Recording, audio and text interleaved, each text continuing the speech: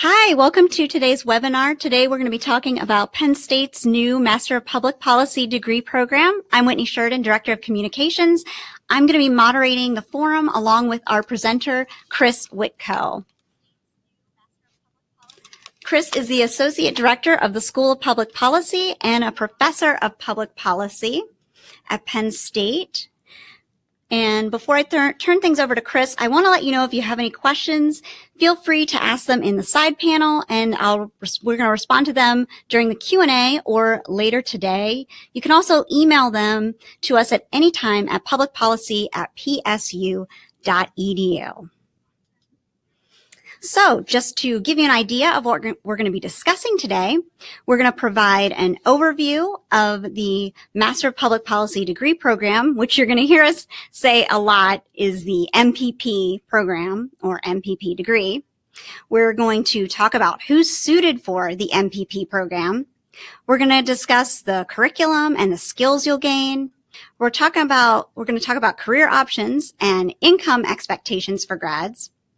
And we're going to break down the application process. And again, we're going to take your questions. And now I want to introduce Chris Whitko. Thanks, Whitney, and thanks everybody out there for joining in out there on the interwebs. So I'm going to talk to you a little bit about the program. Some of you don't really maybe even know so much what a Master's of Public Policy degree is. It's a professional degree designed to teach people the skills and knowledge that they need to get jobs working in the field of public policy. Who should apply for this program? Really, anybody with a passion for public service that wants to work in the field of public policy would be a good potential applicant. You could come from pretty much any major, any background. And like I said, as long as you want to work in public policy and want to gain the skills you need to do that effectively. Well, so Chris, who is a program like this suited for? Like could any degree really be good for this? Yeah, I mean, so one issue that comes up with MPP degrees is there are some courses on data analysis and statistics and such, because you do need those skills in order to work in the field of public policy, depending what you want to do. But, you know, we could take English majors, we could take anthropology majors who have absolutely no background in stats. And the idea is we're going to teach you what you need to know. Oh, yeah. If we thought everybody already had that knowledge, then we wouldn't have those classes in our core. So really, anybody from any major who wants to work in public policy, we would certainly welcome their application. Cool. Yeah, so let's talk a little bit about just the MPP degree and our particular curriculum and how we kind of get you trained up there to go out on the job market. Like I said a minute ago, the MPP provides professional training for those seeking careers in the design, adoption, implementation, and evaluation of public policies. Our program, if you do it full-time, is a 2-year program, 4 semesters. We have a core curriculum that teaches you substantive knowledge about the policy process and also technical and skill-based knowledge about how to analyze public policy. So data analysis, data visualization, things like that. And that's increasingly useful in public policy and frankly, increasingly useful beyond public policy. We also have a number of specializations in things like children and family policy, international public policy. I won't read them all off because you can go check them out on the website. And stay tuned because we're going to talk about that. Yeah, and stay tuned because we'll talk about that a little bit more. And so the first year, you're basically learning the basics of the policy process and learning some core skills in stats and data analysis. And then between year 1 and year 2, we set you up with an internship, depending on what your interests are. We are in the process right now of hiring a professor of practice who will have connections in DC, potentially Harrisburg, Philly, New York, places like that, who can help to get you a suitable location depending on your interests. Then in the second year, we do more skills, things like policy analysis, program evaluation. And then in the last semester, in your 4th semester, the spring of your second year, you do an applied capstone experience, which also gives you another opportunity in addition to the internship to network with an organization and have some applied experience, which can help you on the job market. And in that second year, we're really working with you to help you to find some places to apply and some job opportunities. So pretty much when you get done at the end of that spring of your second year, you can be having a job fairly soon.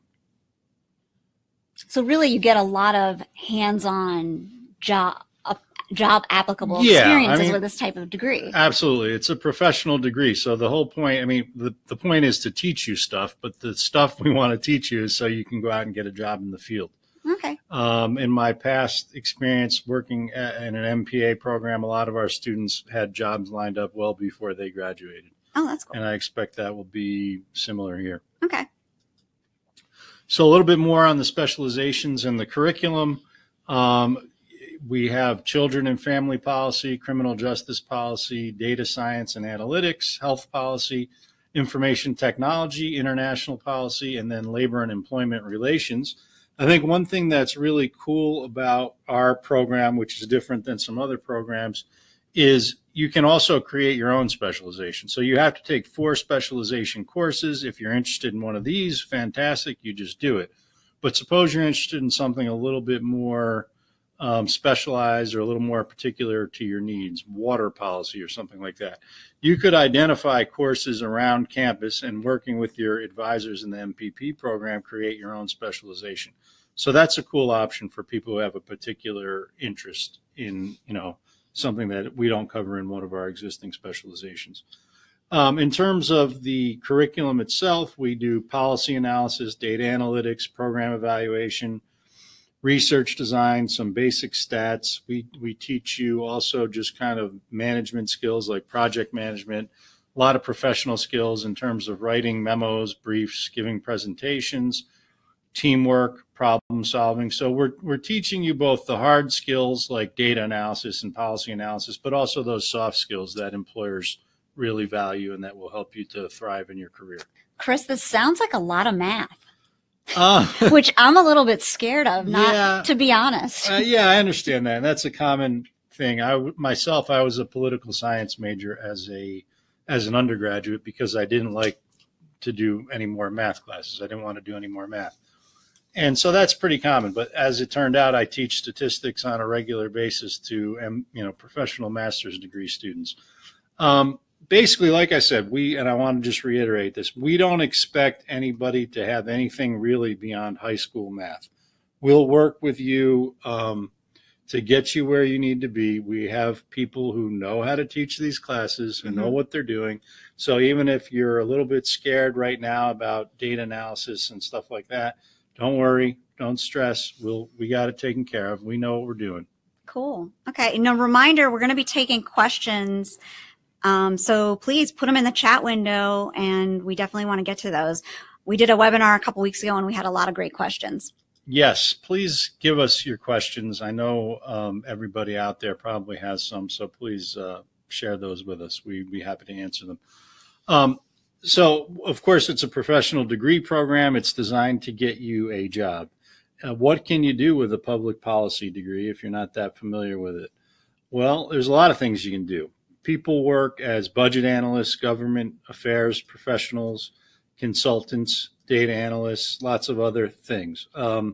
You can work for governments, national, state, and local governments, think tanks and consulting firms, nonprofit organizations, lobbying firms. Yes, we don't view that necessarily as a dirty word around here.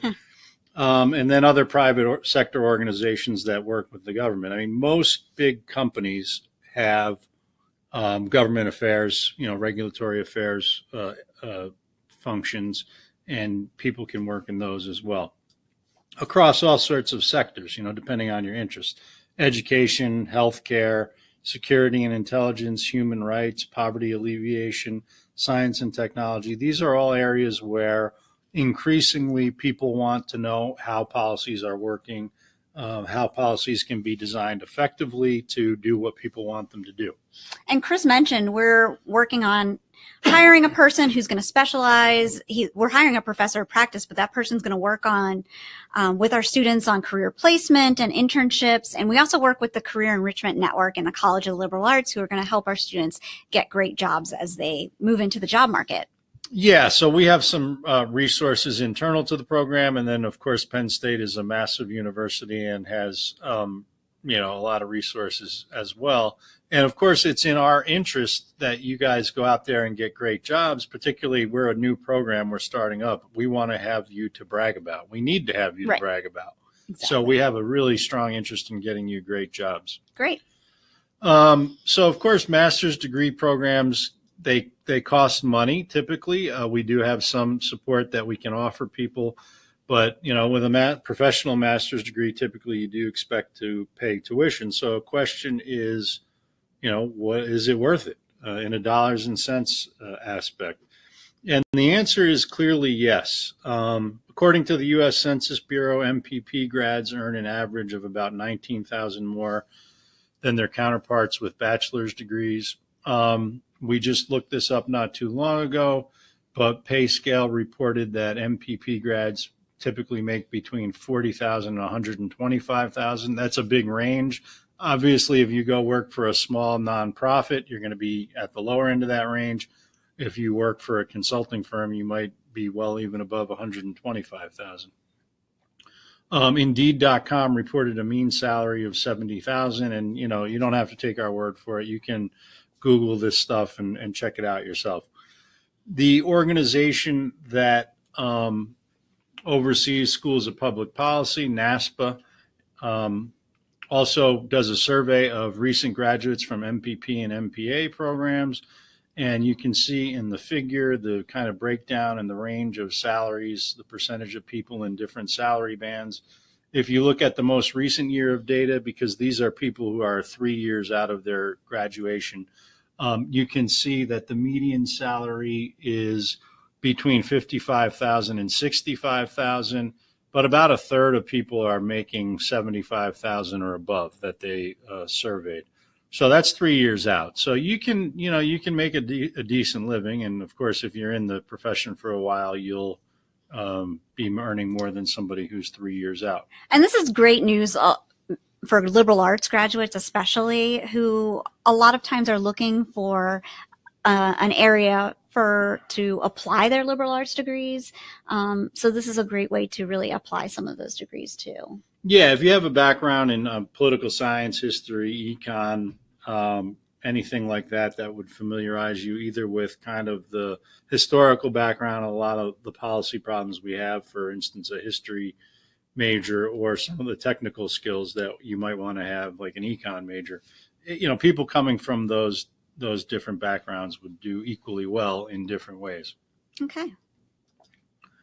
So to apply, you apply through the graduate school portal, but the easiest thing is to just go to our webpage. There's a tab there that says apply, and you just click on that and follow the instructions. But basically, the requirements are that you need to have a bachelor's degree, generally a 3.0 GPA, but if you have some great work experience or incredible letters of recommendation or something like that, we can be a little flexible with that. You do need 2 letters of recommendation. You need a 1,500-word personal statement, and we review applications on a rolling basis. One thing we decided to do was eliminate the GRE requirement, because there's a lot of research really showing that it's not a great indicator of people's abilities and performance when they're in graduate school, and it's kind of discriminatory actually against people of color, first-generation college students. So we don't find that to be too useful. Now, I will say, if you want to apply for the fall, we are still taking applications for fall 2019, and we very much welcome your application, but you do need to get that going pretty soon, because we're kind of getting down to the wire. It takes a little while for the graduate school to process stuff. So if you want to do that, do it, but also get in touch with us and let us know that you're doing it, just so you're kind of on our radar screen. Why would you choose Penn State? I think there's a lot of reasons. I mean, we have a really good faculty that we're bringing in. You can check out the website. We're in our first year. You're going to be the first class potentially if you start in fall 2019. We've already hired tremendous people. Like I said, you have the flexibility to design your own specialization if you want to do that. We have a very small program in terms of students initially by design. At least the first few years, we're planning to limit it to a relatively small number of students compared to some of the bigger programs. So that means you're going to get a lot of individual attention from faculty and staff. And again, that's important for us because we want you to go out there and do great things because we want you to do great things, but also then that enables us to brag about you and attract more students Sure. and so on and so forth. You're also going to get great skills and knowledge in data analytics and things like that. Penn State is a leader in that. The head of data analytics for Google is actually a Penn State PhD from political science. We have the largest and most loyal alumni network of any university in the world. You can take my word for it.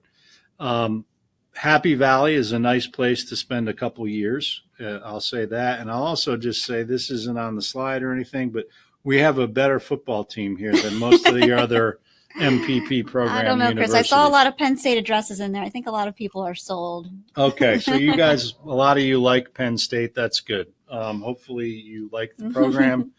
And like I said, we are very happy to answer any questions that you might have. I don't know that I've seen any questions yet, but I know that a lot of questions that we frequently get are, what are some options for undergrads? And I did see some Penn Staters registered for this. Yeah, so if you're an undergrad now, basically, if we have a couple of these integrated graduate degrees with the BS degree in criminology and the BS in sociology. So if you're from one of those programs, get in touch with us and we can kind of tell you all about that. But really, anybody who happens to be a senior at Penn State this coming year, so in fall 2019 and spring 2020, you can actually begin to take classes towards your MPP as a senior. There's a form you need to fill out.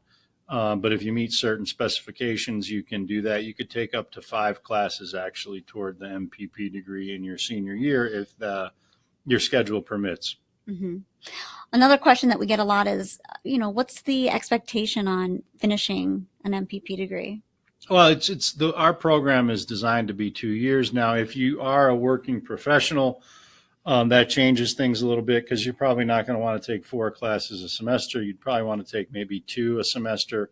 For working folks, we don't require you to do the internship as long as you have, some work experience, and we just have you fill out a form and get a letter from your supervisor.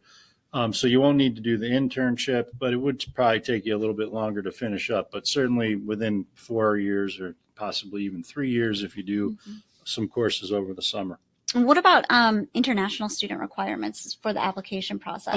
They're the same. The only difference would be you need to do the TOEFL test or the IELTS test, which are just foreign language, English competency tests, basically. But other than that, the requirements are just exactly the same as for domestic students. And I know our advising manager gets a lot of questions about combining specializations when he's out at career fairs and grad fairs.